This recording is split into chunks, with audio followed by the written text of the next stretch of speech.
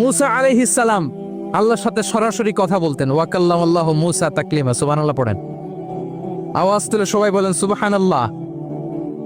এখন বনি ইসরাইল হচ্ছে পৃথিবীর সবচেয়ে গোয়ার জাতি। তারা বলে, মুসা তুমি যে আল্লাহর সাথে কথা বলো আমরা তো দেখি না, তুমি যে কথা বলো আমরা তো শুনি না, তো কি করতে হবে?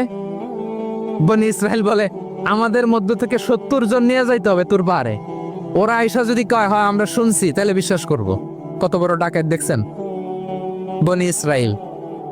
এদের চেয়ে গোয়ার জাতি নাই। এত গোয়ার তুমি করেছো মুসা আলাইহিস সালামের সাথে। তুমি যে আল্লাহর সাথে কথা বলো আমরা তো দেখি, কি করব? 70 জন আমাদের বন্ধু বান্ধব যে যদি দেখে, তারা বললে ওকে আস, 70 জন আস। 70 জন নিয়ে গেল। মুসা আলাইহিস সালাম হারুন আলাইহিস সালামকে খেলাফা দিয়ে গেলেন, আল্লাহ ওনাকে নবী বানালেন। মুসা আলাইহিস সালাম বললেন, হারুন খবরদার, বনি ইসরাইলের মধ্যে তাওহীদের বাণী